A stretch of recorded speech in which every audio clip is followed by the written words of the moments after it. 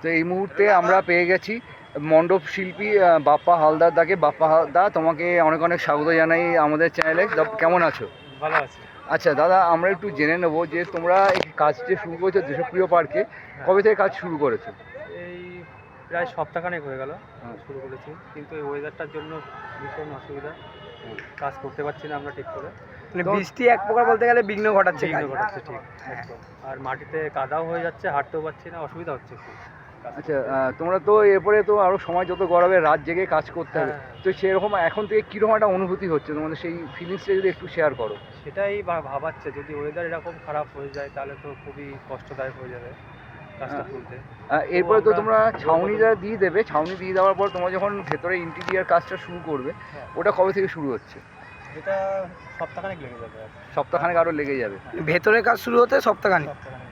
আচ্ছা, আর কবের মধ্যে শেষ হওয়ার প্ল্যান রয়েছে কিছু, মানে ওপেনিং মহলের মধ্যে পুরো কমপ্লিট আমরা প্যান্ডেল দেখতে পাবো? আচ্ছা, ঠিক আছে। আর এই বছরের থিমের নাম কি সেটা এখন একটা সিক্রেট আছে, এটাই আকর্ষণ। চমক থাকবে। চমক থাকবে। আচ্ছা আচ্ছা, ধন্যবাদ দাদা। ধন্যবাদ দাদা, ধন্যবাদ।